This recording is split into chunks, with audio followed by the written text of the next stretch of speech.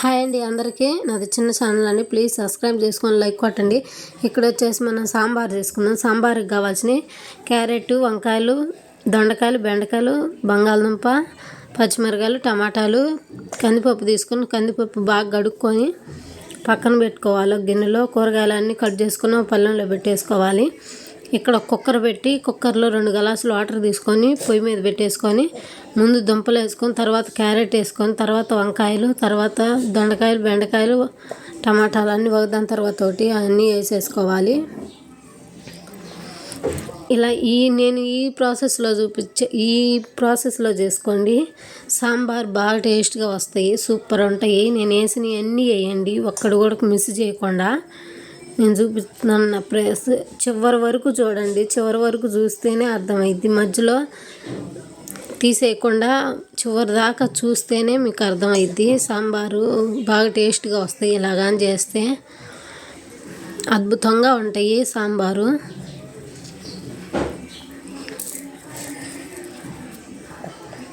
అన్ని కూరగాయలు అన్నీ వేసిన తర్వాత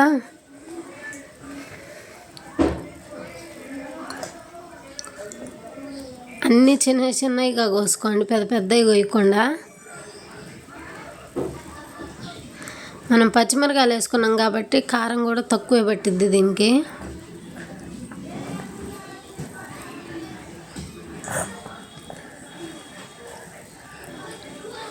ఎర్రటి టమాటాలు తీసుకొని సన్నగా కోసుకోండి. టమాటాలు మాత్రం ఎర్రటి టమాటాలు తీసుకోండి. ఎర్రటి తీసుకొని కోసి పెట్టుకోండి. ఒక 3 కానీ 4 కానీ వేసుకోండి ఎర్రటి టమాటాలు. ఇప్పుడు తగినంత పసుపు వేసుకోండి. నేను చిన్న స్పూన్లు పెట్టాను, అందుకని చెప్పి పసుపు 2 స్పూన్లు వేసిన. తర్వాత తగినంత కారం వేసుకోండి. పచ్చిమిరకాయలు వేసినాం కాబట్టి ఆల్రెడీ కొంచెమే కారం పట్టిద్ది. కారం వేసుకోండి. తర్వాత కొంచెం జీలకర్ర కూడా వేసుకోండి. దీనిలో కూరగాయలతో పాటు జీలకర్ర వేసుకుంటే సాంబార్ అనేది బాగా సూపర్గా వస్తాయి. కాస్త 1 స్పూన్ ధనియాల పొడి కూడా వేసుకోండి. సాంబార్కి ధనియాల పొడి ఖచ్చితంగా వేసుకోవాలా. కొంచెం కొబ్బరి పొడి కూడా వేసుకోండి.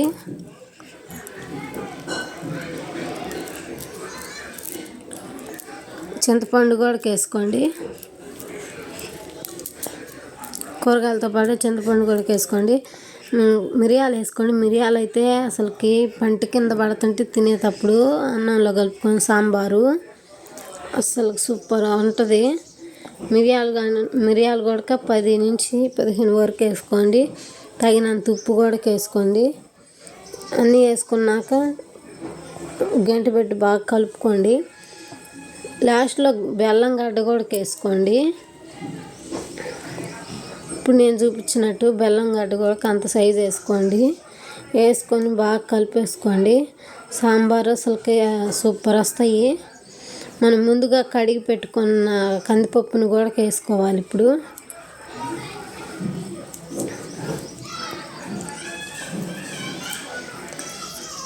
ఇప్పటికే కూరగాయలని సగం బడ ఉడికిపోతాయి. ఇలా కందిపప్పు అన్నీ వేసుకున్న తర్వాత బాగా కలుపుకొని ఒకసారి కలిపేసుకొని ఇంకా వాటర్ యాడ్ చేసే పని లేదు. ఇంకా ఆ వాటరే సరిపోతాయి మనకి.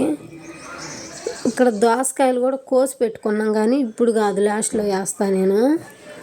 అన్నీ కలుపుకున్నాం కదా, మూత పెట్టేసి ఒక 5 కానీ 6 కానీ విజిల్స్ రానివ్వాలి. గట్టిగా మూత పెట్టుకొని మీడియం మంట పెట్టుకోండి. మీడియం మంట పెట్టుకుని దోసకాయలు, ఉల్లిగడ్డలేమో పప్పులోకి సాంబార్లోకి వేస్తాం ముందే. ఇవేమో తాలింపులోకి ఉల్లిగడ్డలు, కరివేపాకు బాగా మంచి వాసన వస్తుంటుంది, సూపర్ ఉంటాయి. ముందే వేస్తే దోసకాయలు అవన్నీ చిదుము అయిపోతాయని నేను లాస్ట్లో వేస్తాను. ఇట్లానే వేయండి. నా స్టైల్లో సాంబార్ ఎలా ఉంటాయి ఇలాగని ఒకసారి చేశారంటే సాంబారు భలే వస్తాయి.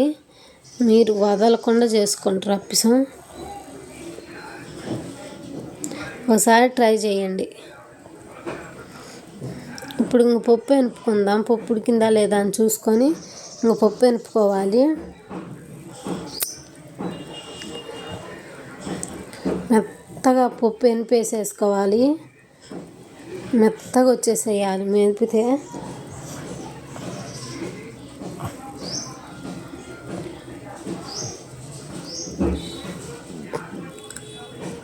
పప్పు బాగా మెత్తగా మెరిపేసుకొని ఇట్లా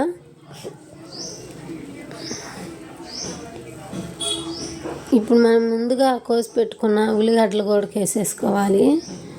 గడ్డలు వేసుకోండి, ఉడికిపోతాయి. కరివేపాకు, కొత్తిమీర, దోసకాయలు కూడా వేసుకోండి.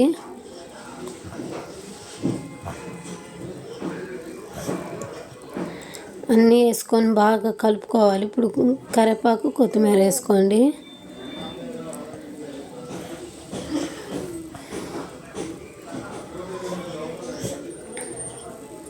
అన్నీ వేసుకొని ఒకసారి గంటి పెట్టి కలుపుకోండి. ఇంకా తాలింపులోకి కరివేపాకు, ఉల్లిగడ్డలు, చిన్నులపాయలు దంచేసుకోండి. తాలింపులో మంచి సువాసనతో పప్పు అద్దరిపోతుంది. ఇవన్నీ కలిపేసుకోండి. ఇప్పుడు కలిసే విధంగా పప్పులో కలిసిపోయేటట్టు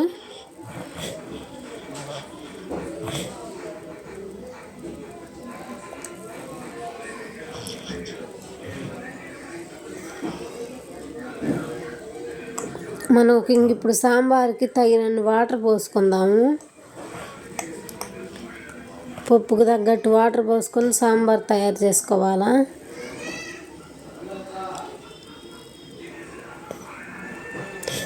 సింపుల్గా అయిపోతుంది. సాంబారు సూపర్ టేస్ట్గా వస్తాయి. ఇలా ఒకసారి ట్రై చేయండి. మనకు తాగినన్ని వాటర్ పోసుకొని బాగా కలుపుకొని మూత పెట్టేసుకోవాలా. బాగా కాగాలి కదా.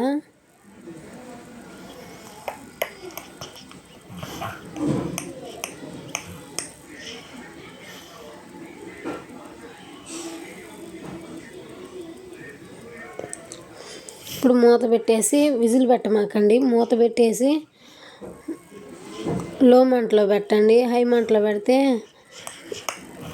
పైకి వచ్చేస్తాయి. అందుకని చెప్పి విజిల్ తీయండి.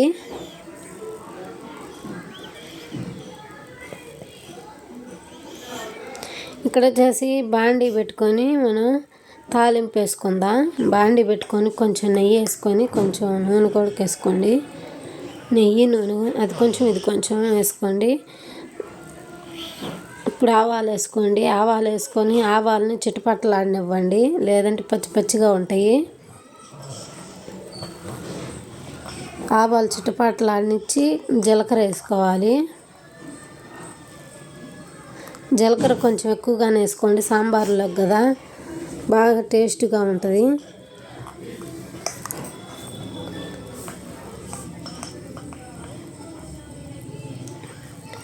జీలకర్ర కూడా కొద్ది కలర్ చేంజ్ అవ్వగానే చిన్నులపాయలు దంచి పెట్టుకున్నాం కదా మనం. చిన్నులపాయలు 10 రంబలు వేయాలా.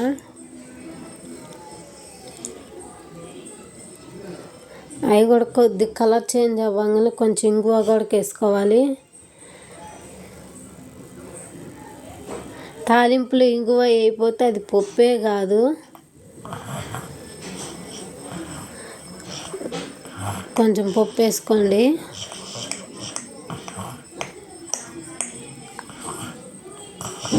కొంచెం ఇంగువ వేసుకోండి పప్పులోకి. మనం ముందుగా కోసి పెట్టిన ఉల్లిగడ్డలు కూడా వేసుకోండి.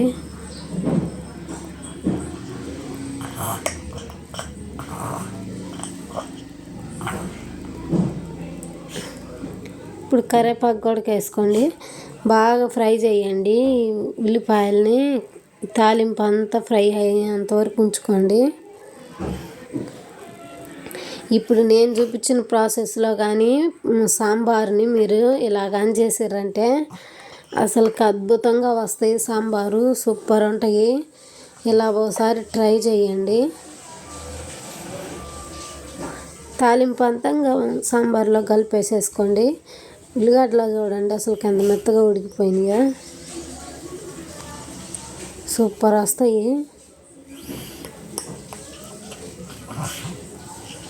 సేమ్ నేను చూపించిన ప్రాసెస్లో ఇప్పుడు నేను ఎలా అయితే చూపించానో అలానే చేయండి. అసలు అద్భుతంగా వస్తాయి సాంబార్ మాత్రం.